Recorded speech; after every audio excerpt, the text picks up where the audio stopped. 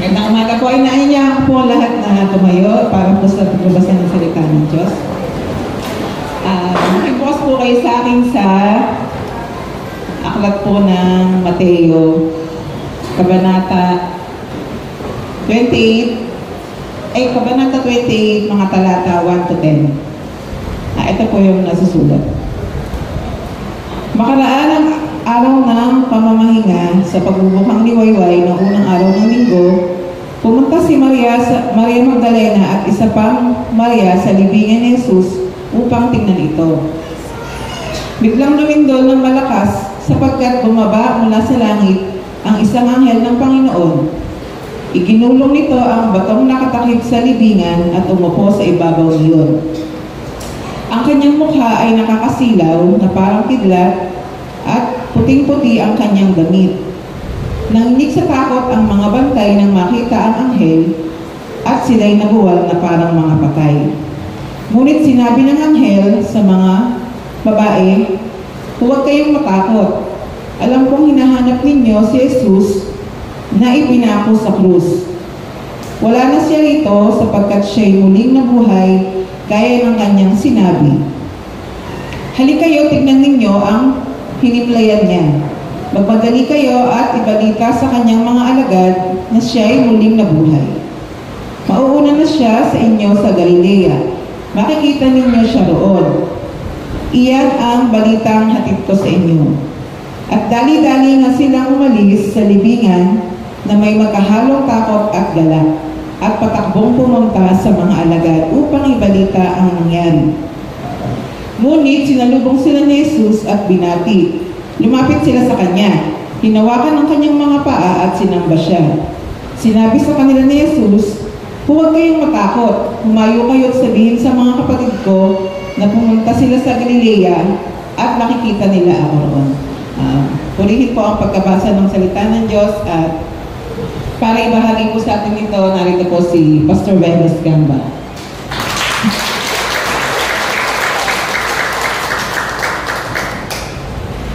Tayo po ay manalangin. Diyos na makapangyarihan sa lahat, tunay na buhay ka, Panginoon.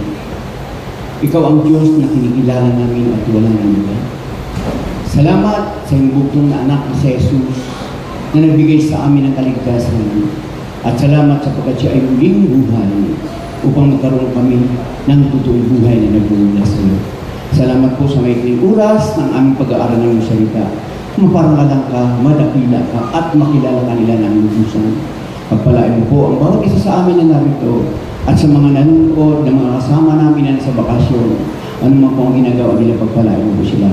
Thank you, Lord, kung aming dalangin sa pangalan ni Jesus, ulat kayo magsabi na Amen. Okay. Isang magandang umaga po sa atin. Maganda ba ang umaga natin? Amen.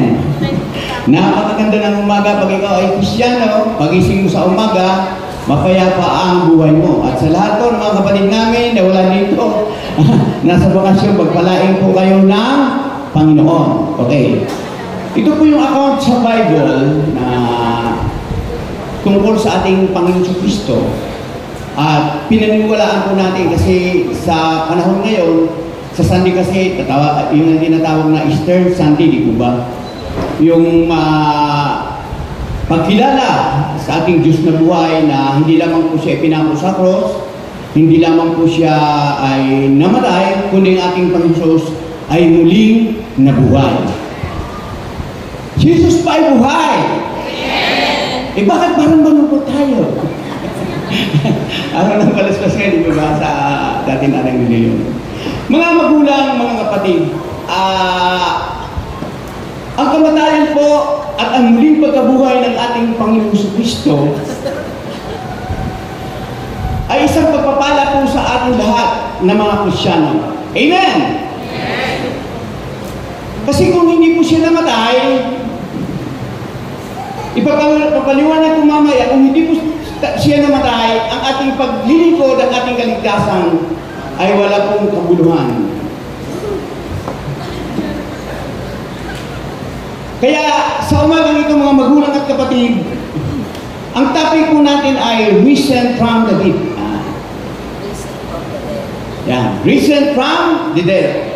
Bumangon mula sa kamatayan. Alam niyo po, noong mga panahon, gusto ko lang magkwento, kasi malapit na po ang Friday. Ang tawag natin ay Biyernes Santo. Noong panahon po ng mga 2000, doon pa ang church natin sa baba.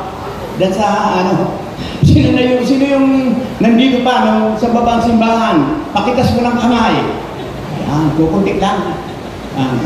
Halos karamihan dito na every Friday hanggang Sunday po, ang ginagawa po ng ating yung maong Kuya Diming, lagi niyang dinadramatize ang tungkol sa kamatayan ng ating Panginoon Kristo. Every Friday mayroon tayong celebration na talagang ipinapakita ang pagkamatay ng ating Panginoong Kristo at ang muling pagkabuhay. At nakakatuwa po, sapagkat yung mga araw na yon, yung mga panahon na yon, di ba ako pastor noon eh, isa ako sa mga sundalong Hudyo. 4 kami na sundalong Hudyo.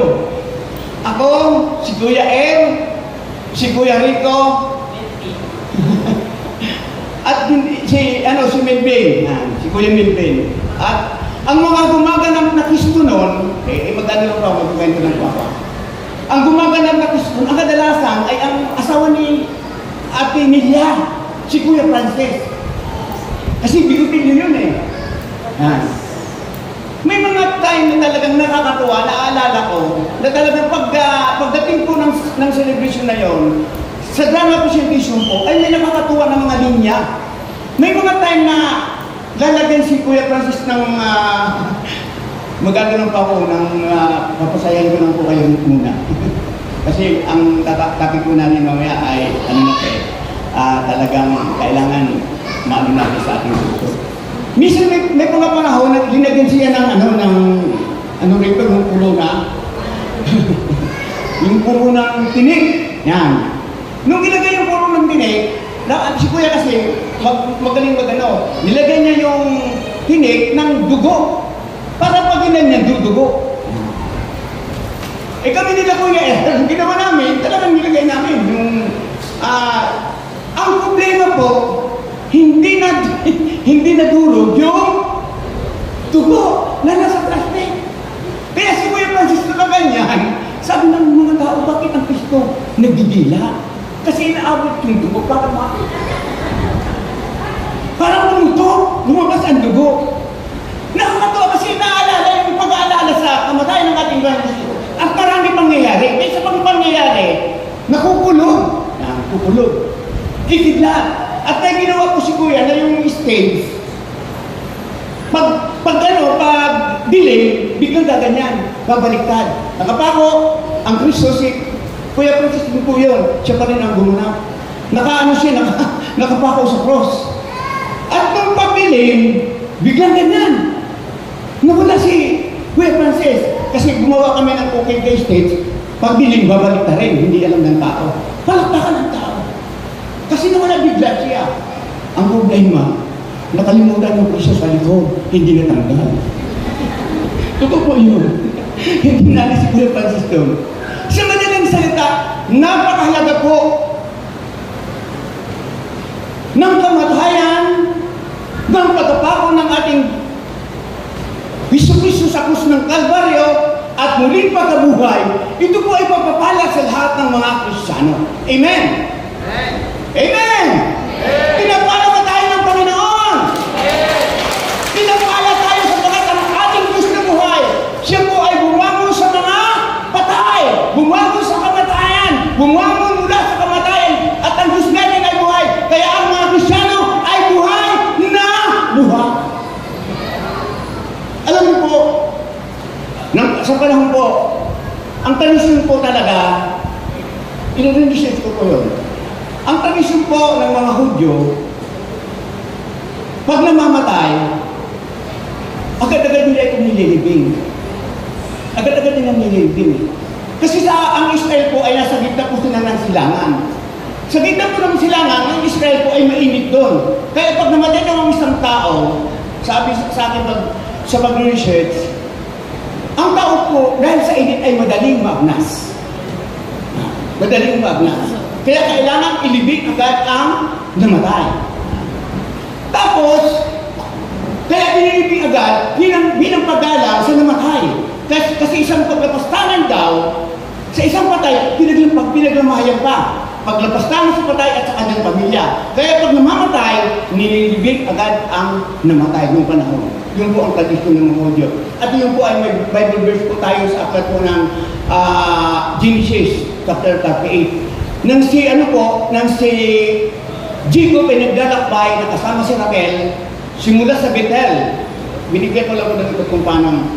Simula sa Bethel, at dumating po sila sa daan ng Amiritia, Jerusalem, at sakop pa lang ng Bethlehem. At si Raquel ay manganganak, 50-50 sa kanyang panganganak, at ipapanganak niya si Benjamin. At namatay po. So, madali sila, namatay po si Raquel sa panganganak kay Benjamin. Kung mismo din na po pinaglamayan, di na binalik sa Bethel upang paglamayan. Pinapatunayan na ang Bible pag namatay, ang isang tao ng panahon, ang tradisyon po ng mga Hudyo ay kailangan ilibing. At ililibing po sila, naghahanap sila ng mga bato. Hindi pong solid rock, ha? Hindi solid rock, kundi soft rock. Hindi yung hindi yung iniinom, ha? Kundi malambot na bato. Doon po nilalagat ang mga tao. Kaya na si Jesus Christ numamatay, napalitaan po ng isang lingkod na naglilingkod kay Jose, ay naglilingkod kay Jesus na si Jose, may kasama siya isang tao, nihingi niya ang bangkay ni Jesus Christ kay Pilato at ibinigay naman. At may dala silang mga pabango, lera yan, mira, Alo ba yun? Yan. Mga pabango, mamahalin mga espesyal na pabango. Ganun pala ang tradisyon. At ito ang nakita ko po. Si Jesus Christ po nung mamatay, hindi po siya nagdaan sa balsamo. Yung inaalis ang laman loob. Magbabasa po natin yung sa aklat po ng Matthew. Sa Matthew. Hindi po. Talagang inalaro po sa Limenes at Tuloy. Ang gusto ko pong sabihin, inalang ng Lord yan. Mga magulang at kapatid, pinapatunayan na ang ating Panginoon Kristo ay talagang Diyos. Okay. Ang sabi po dito sa ating text sa Lucas 24:6-7, sabi rito, hinahanap siya ng mga babae. Wala siya rito, siya ay muling nabuhay. Alalahanin niyo ang sinabi niya sa inyo nung nasa Galilea pa siya. Ang anak ng tao ay kailangan ipagkaloob sa mga makasalanan at ipako sa cross. At sa ikatlong araw ay muling mabubuhay. Nagpaalala na si Jesus Christ mismo ang nagsabi na sa ikatlong araw siya ay mabubuhay. Sinabi niya sa kanyang mga disipulo at sinabi niya sa mga tagasunod niya na sa ikatlong araw ay siya ay muling mabubuhay. Nabuhay ka ang Panginoon! Totoo po ang salita ng Diyos! Sinabi mismo ng salita ng Diyos. At alam niyo po ba kung sino ang bumuhay sa ating Panginoon Jesus? Ang bumuhay po sa ating Panginoon Jesus Kristo, sabi po ng Marcos 16:6. Ngunit sinabi nito sa kanila, huwag kayong matakot. Hinahanap ninyo si Jesus na taga Nazaret na pinako sa cross. Wala na siya rito. Siya ang bumuhay. Siya ay binuhay ng Diyos. Tingnan niyo ang pinaglagyan sa kanya. Sino ang bumuhay sa ating Panginoon Jesus? Parang ayaw niya ang niniwala. Sino ang bumuhay? Kaya isang katunayan po nang mabuhay po ang ating Panginoon si Kristo. Siya po ay nag-glorify God. Wala pong mga leader ng church. Maraming nagpapako sa kusang pagbato. Maraming nagpapako ng mga tao, mga leader. Ito yun, makikita natin sa pangpangga. Pero nung mapako sila, hindi naman sila namatay. Nagpapako lang. Na ipinapakita sa atin na ang Diyos mismo, ang Panginoon sa Kristo mismo, ito yung palatandaan kaya siya po ay nabuhay sa mga patay para yung mga patay na wala pa sa Panginoon ay muling buhayin. Tama! Amen, tayo po yun! Na dapat tayo po ay nasa impyerno, pupunta sa impyerno, pero salamat sa Diyos, sapagkat ang Diyos po ay nabuhay at muling po tayong bubuhayin para pangalan natin ang aming Panginoon. Yun po ang katibayan. Very simple lang naman po talaga ang pagkamatay at muling pagkabuhay ng ating Panginoon Kristo. Kaya nga po mga magulang at kapatid, sabi ng 1 Corinthians 15:4, sabi rito, inilibing siya at muling nabuhay sa ikatlong araw, tulad din ng sinasabi ng kasulatan. Di ba sa ating Katoliko, pag alas 3 ng Friday, sabi patay na, hindi si Christ. At pagdating ng madaling araw ng linggo, kaya may tinatawag na tayong Easter Sunday, tawag sa amin, hallelujah Sabi ko, hallelujah, mag-hallelujah tayo. May pinababa na ang anghel para ibalita na si Jesus Christ ay muling nabuhay. Tatlong araw talaga. Kaya ang salita ng Diyos ay totoo. Amen! Sa tatlong araw siya ay muling nabuhay. Kaya, Jesus is still alive! Amen! Siya ay namatay lamang na bago sa cross para sa iyo, para sa lahat ng makasalanan, para magkaroon ng kaligtasan. Isipin niyo, grabe, no? Kaya ngayon napag-aralan po natin the purpose of Jesus' resurrection. May layunin po ang muling pagkabuhay ng ating Panginoon Kristo. May layunin po ang muling pagkabuhay ng ating Panginoon Kristo. Number 1 na layunin, to provide assurance of salvation. Magbigay ng katiyakan sa kaligtasan. Kaya tayo mga Kristyano, nasasabi natin, naligtas na tayo. Ligtas na ba tayo? Ang hindi nag-iming, hindi ligtas. Ligtas na ba tayo? Malakas ang loob natin, magsabi ng amen, sapagkat meron po tayong assurance of salvation. Sigurado na po tayo sa kaligtasan. Hindi katulad na hindi, yung mga tao na hindi na tumanggap sa ating Panginoon Kristo, at tinanong mo, ligtas ka na ba? Ang sasabihin nila, hindi ko pa sigurado dahil buhay pa ako, dahil nagkakasala pa tayo. Sabi nila. Pero sa ating mga Kristyano na naniwala, sigurado ako ligtas na tayo dahil sa ating Panginoon Kristo. Ang sabi po ng Bible, sa aklat ng 1 Corinthians, chapter 15, 14-18, okay.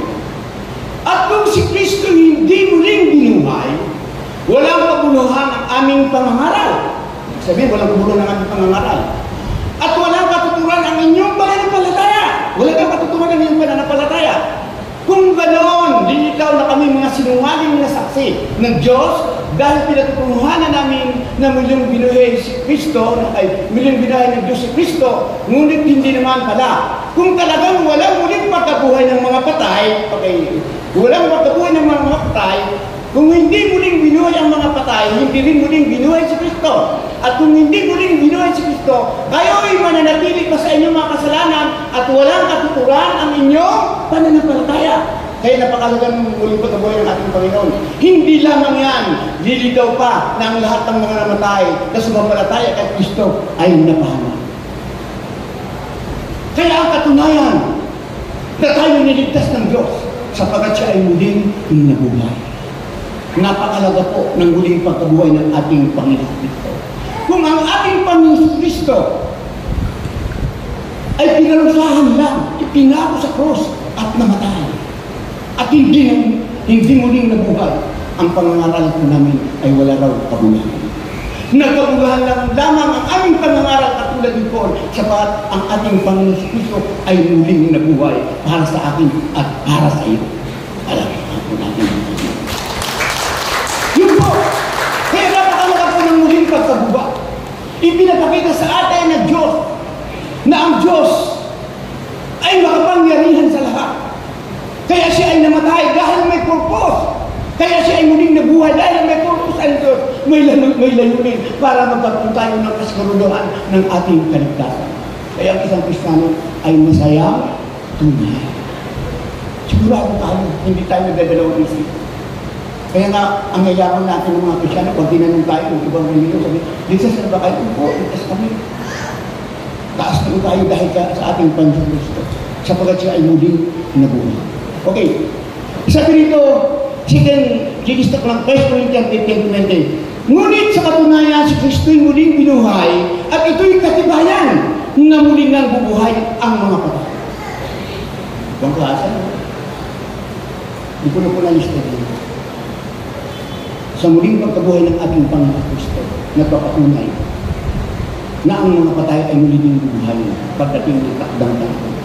Katulad ng pagkamatay at paglulukay bali ng ating Panginoon Kristo na buhay. Kaya tayo po ay may assurance of salvation. At ito ang kagandahan. Kung ano po ang katawang panlangit ng ating Panginoon Kristo, ay gudumundo ang katawan natin panglangit, glorified body. Hallelujah! Diba? Siguro ko sa isip ko, perfect na ako doon. Wala na akong, hindi na ako may program doon. Yung may mga kapansanan, perfect ko na tayo doon. Kaya napakasarap, pag inaalala ko ng pagkabuhay ng ating Panginoon Kristo, may blessing, may pagpapala. Kaya Christian, listen, ang muling pagkabuhay po ng ating Panginoon Kristo ay napakahalaga po. Pangalawa, victory over death. Nagtagumpay! Sabi rito, nagtagumpay sa kamatayan. Napagtagumpayan ng ating Panginoon Kristo ang kamatayan. Ang sabi po ng Bible sa 1 Corinthians 15:55-58. Sabi doon, nasaan o kamatayan ang inyong tagumpay? Nasaan o kamatayan ang inyong kamandag? Ang kamandag ng kamatayan ay ang kasalanan at ang kapangyarihan ng kasalanan ay nagbumula sa kautusan. Magpasalamat tayo sa Diyos na nagbigay sa atin ang tagumpay sa pamamagitan ng ating Panginoon Kristo. Kaya nga minamahal kong kapatid, magpakatatag kayo at huwag matitinag, maging masipag kayo palagi sa paglilingkod sa Panginoon dahil alam ninyo hindi masasalang ang inyong papapagal para sa Kanya. Bagas ang Panginoon. Kasi kita po yung ng Panginoon. Akala ng kaaway, akala ng kamatayan. Sa kamatayan ni Kristo, analo na ang kamatayan. Analo na ang diablo. Hindi niya alam. Napakagaling ng Lord. Dahil sa kamatayan ng Panginoon, ang tao ay muling nabubuhay. Itiligtas ng Diyos sa impyerno. Hindi nakita ng kaaway. Akala nila tulungan yung mga patay ng ating Panginoon Kristo. Kaya mga magulang at kapatid, napakaliwanag po ng salita ng Diyos. Dapat natin malaman. Tayo po ay tagumpay niya sa kamatayan. Kaya kasi kung mamatay pa kami, totoo naman yun ang taong mamamatay. Sabi nga ng mga teacher, pag hindi tayo mamamatay, hindi tayo makakarating sa langit. Amen? Kaya kailangan natin mamatay. Pero tandaan po natin, pagdating po sa langit, ay hindi na natin matatanggap yung kamatayan. Tayo ay buhay na buhay kasama ng Diyos na buhay. Purihin po ang Panginoon. Kaya yun po, victory over death. Sabi ng Romans 6:23, sapagkat kamatayan ang kabayaran ng kasalanan, ngunit ang walang bayad na kaloob ng Diyos ay buhay na walang hanggan sa pamamagitan ni Kristo Jesus na ating Panginoon. Ang kabayaran ng kasalanan ay lahat tayo nagkasala. Upaulit-ulit kong sinasabi ito, lahat tayo ay nagkasala at ang kabayaran ay kasalanan. Pero salamat sa Panginoon sa Kristo dahil sa Kanya, nililigtas tayo ng Diyos sa kamatayan. Ligtas na ba tayo? Amen. Kaya may pupunta assurance of salvation at yung kamatayan na dapat tayo ay pupunta sa impyerno, tinapos po na po ng Panginoon. Sabi nito sa 1 Corinthians 15:26, wala ko dyan, kung i-record po, sabi ng 1 Corinthians 15:26, ang kahuli-hulihang kaaway na kanyang lulupigin ay ang kamatayan. Yun po sa Bible. Ibang klase. Ang kahuli-hulihang lulupigin ng Diyos ay ang kamatayan. Kaya salamat sa Panginoon, sapagkat tayong mga Kristiyano ay iniligtas na ng Diyos sa kapahamakan ng kamatayan upang mapunta sa impyerno. Ang muling pagkabuhay ng ating Panginoon Kristo ay blessing po sa atin para tayo ay makapiling niya doon sa kalangitan na kasama ang Diyos at magpupulit tayo doon magpakailanman. Amen! Amen! Amen! Malapit na po ang natin. Ang Eastern Sunday, sa linggo na po yun. At salamat sa, alam niyo po, salamat sa Panginoon sapagkat natapat po ang revival natin. Natapat po yung anniversary natin. Sa Eastern Sunday na. Purihin ang Panginoon. Alam niyo po ba, na tayo ay niligtas na ng Panginoon. Kaya sa araw na yun, dapat nandun tayong lahat.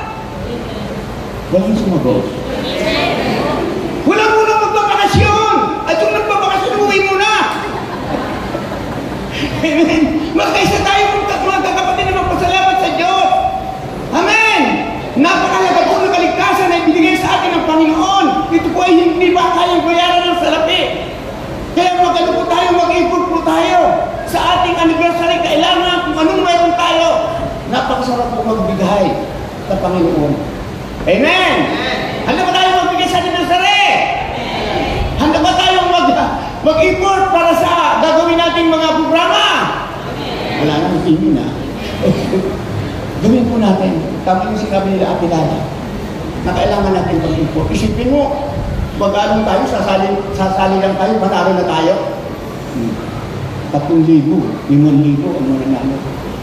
Kaya nga, itong mga anak ko susubukan kong yayain, kakanta kami. Gagaling ko na tayo mga anak ko Kaya gamitin na rin sa Panginoon. Yun po! Kaya ang sabi rito, victory over death. Okay. Sabi ng pangatlo, sabi ang purpose po ng pagkabuhay, muling pagkabuhay ng ating Panginoon ay magkaroon tayo ng foundation of eternal life. Pundasyon ng buhay na walang hanggan. Amen! Pag sinabing pundasyon, matatagpo ang pundasyon natin. Tama! Sapagkat si Kristo ay batong buhay. Amen! Ang tinagat natin na si Kristo na muling binuhay, siya po ang nagbigay sa atin ng foundation ng ating eternal life. Kaya yung buhay na walang hanggan ay makakamtan po natin pag tayo ay kinuha na ng Lord. Sino rito ang gusto ng eternal life, yung buhay na walang hanggan? Pakilas mo ng kamay. Yung ayaw yung magtaas, mapupunta ng inferno. Ayaw yung magtaas.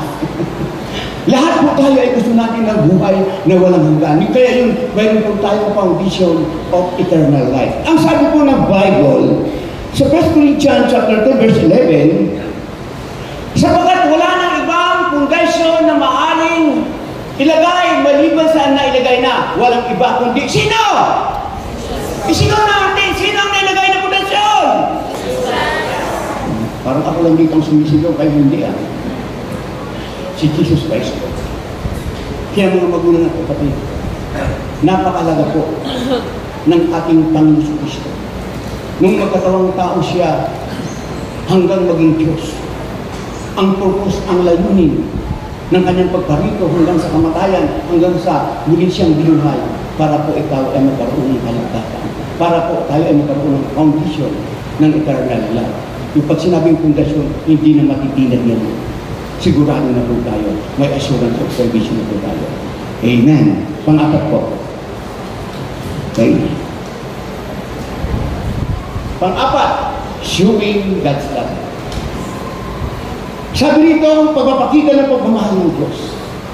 Alam nyo, tingnan natin ako, Kristyano tayo. Sabi nga, wala namang perfectong Kristyano Lahat tayo ay nagkakamali, lahat tayo nagkakasama. Hindi nyo ba napapansin ang kabutihan ng Panginoon sa atin? Na kahit tayo ay hindi minsan nagiging tapat sa akin ng Bible, kahit minsan tayo ay nagsasalansang sa kanyang kabutihan, kahit minsan tayo ay nagkakamali, hindi pa rin tayo pinapabayaan ng Lord. Amen? Nandun pa rin yung mercy, nandun pa rin yung pag-ibig ng Panginoon, showing God's love. Pinapakita pa rin sa atin ng Lord ang kanyang pagmamahal. Amen. Kaya sabihin mo sa katabi mo, mahal ka ni Jesus, mahal ka ng Diyos. Mahal tayo ng Panginoon. Sabi ng 1 John chapter 4:19, okay, inahayag na Diyos ang kanyang pag-ibig sa atin nang isuko niya sa mundo ang kanyang kaisa-isang anak, yun po, upang magkaroon tayo ng buhay sa pamamagitan niya. Ito ang pag-ibig, hindi sa inibig natin ng Diyos, kundi tayo ang inibig niya at sinuko niya ang kanyang anak upang maging handog para mapatawad ang ating mga kasalanan. Ibang klase ang pinakita ng Diyos. Kaya yun po ang purpose ng muling pagkabuhay. Yun po ang purpose ng resurrection ng ating Panginoon Kristo. Ipinakita niya ang pagmamahal para sa atin. Na tayo na makasalanan at pinatawad sa kasalanan upang makasama niya. At kung paano si Kristo na muling binuhay, ulit mo tayong bubuhanin ng Panginoon. Hindi natin supat akalain. May kanta dyan eh. Yung muling sinila. May kanta dyan. Napakapalat po natin mga magmumulay kapatid. Bihira lang po ang nakakaunawa. Maraming tao. Pero naliligaw po sila. Isa lang naman talaga ang magliligtas sa atin. Walang iba kundi ang ating Panginoon sa Diyos. Kaya purihin po ang Diyos na buwan. Kung babasahin pa po natin ang John 3:16, hindi ko na po ulitin kasi binagit na rin ni Kuya Windy kanina sa Ugarin. Grabe ang pag-ibig ng Diyos sa atin. Grabe ang pagmamahal sa atin ng Panginoon at alam natin na ang Diyos.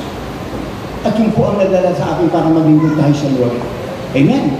Kaya mga kapatid, ang sabi sa Bible kanina, hindi nasasayang ang ating pagpapagahal. Amen. Hindi nasasayang sa nakakaunawa sa pagkamatay, sa kamatayan ng ating Panginoon sa muling pagkabuhay. Hindi ka po magsasawa sa paglilingkod sa Panginoon. Hindi pa papagod. Kahit pagod ka na, ang pakiramdam mo malakas ka. Alam niyo, hindi ko pinupunta ang sarili namin, mga lingkod ng Diyos. Alam niyo, pag ikaw ay naglilingkod sa Diyos, may kagalakan ka na naglilingkod sa Kanya. Hapon, galing kami bumag hapon, siyempre, may trabaho, may ganito ganyan. Pagdating ng ganda, pumunta pa kami sa gawain, nag-ando kami ng bahay, sa Kalabuyawawi, sa Brooklyn, and pagkatapos noon, tapos sa patay. Pero alam niyo mga magulang at kapatid, pag naranasan mo yung kabutihan ng Lord, pag alam mo yung Jesus ang nagbibigay sa inyong lakas, hindi ka mapagod. Kaya yung totoo yung sinabi ng Panginoon, huwag kayong magtinag, magpakatagtag kayo at huwag kayong matitinag, magpakasipag kayo sa gawain na para sa Panginoon, sapagkat hindi nasasayang ang iyong pagpapagal. Tama! Hindi po nasasayang ang ating pagpapagal. Ang pagpapagal natin ay blessing po yan. Kaya kailangan talaga po natin maglingkod, sapagkat yun po ang pagbibigay natin ng kabayaran ng kaligtasan sa Lord. Totoo yun, hindi man humingi sa atin ng bayad ng Diyos sa ating kaligtasan, pero dapat ang Kristiyan ay naglilingkod sa Panginoon. Hindi mo tinitingnan ng Diyos ang kahinaan. Hindi mo tinitingnan ng Diyos ang nagawa mong kasalanan.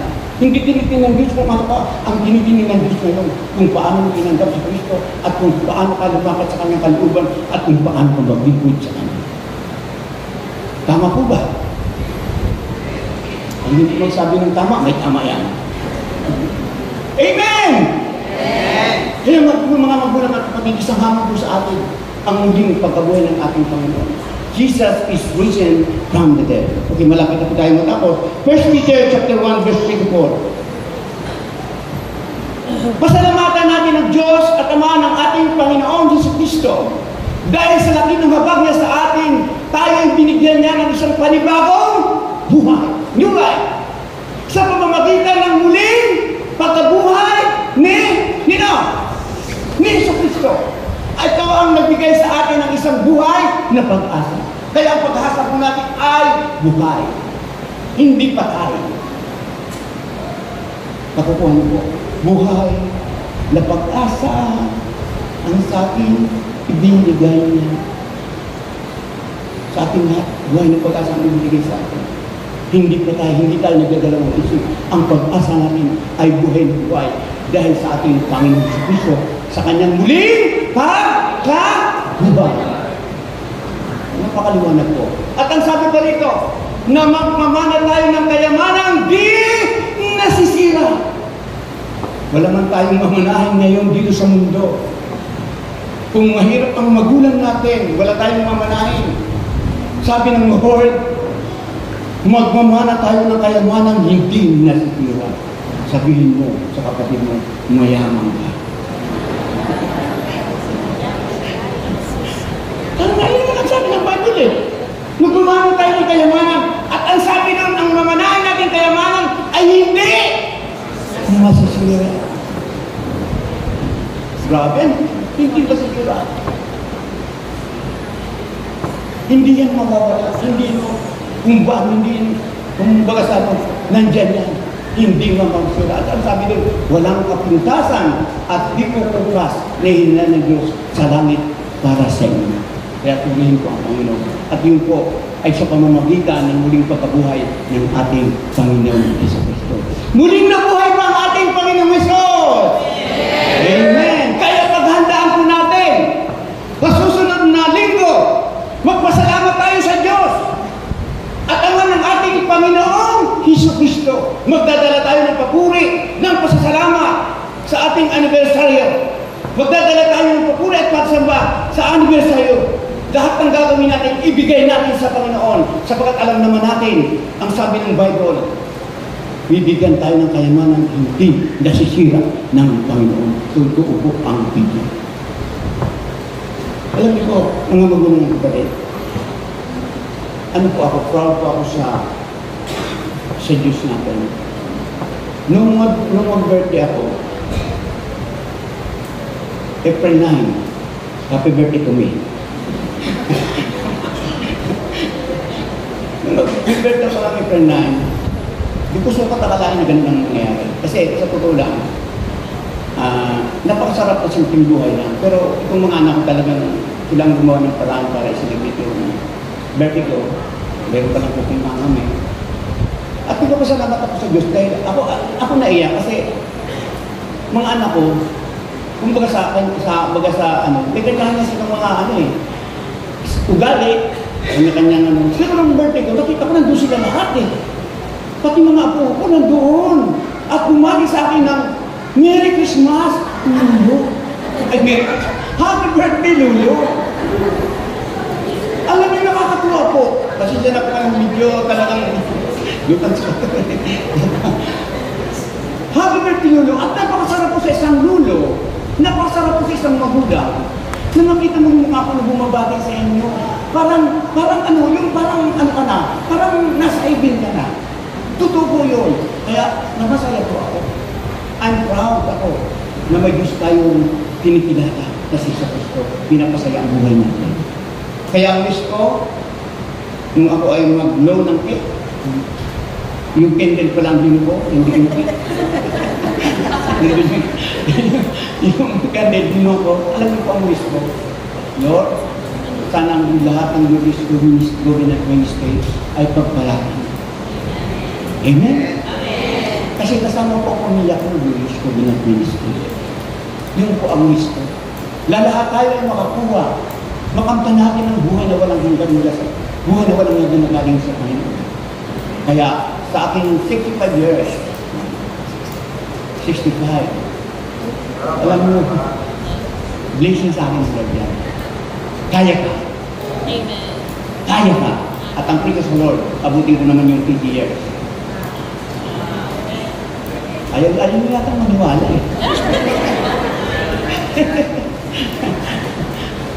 Abutin ba natin niya sa gabay ng Panginoon? Pero sabi ko naman sa Lord ng praise the Lord, kung talagang pagdating ng TV na medyo intindihin na ako ng mga anak ko, ba makapahirapan siya, kunin mo na ako. Kunin mo na ako. Pero kung hindi naman, para makapaglingkod ka, alam mo kung masarap paglingkod sa Panginoon? Hindi ko alam. Kung gusto nyo maging masaya ang buhay nyo, maglingkod kayo sa Panginoon. Maglingkod kayo sa Panginoon. Para maging masaya ang buhay nyo.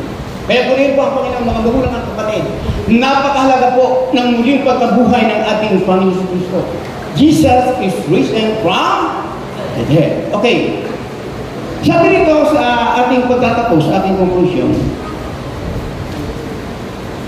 ang muling pagkabuhay ni Jesus mula sa kamatayan ay papapakita ng Diyos ng pagmamahal sa buong sangkatauhan na handang magbigay ng pagpapalang buhay na walang hanggan sa mga sumampalataya at sumunod sa Kanya.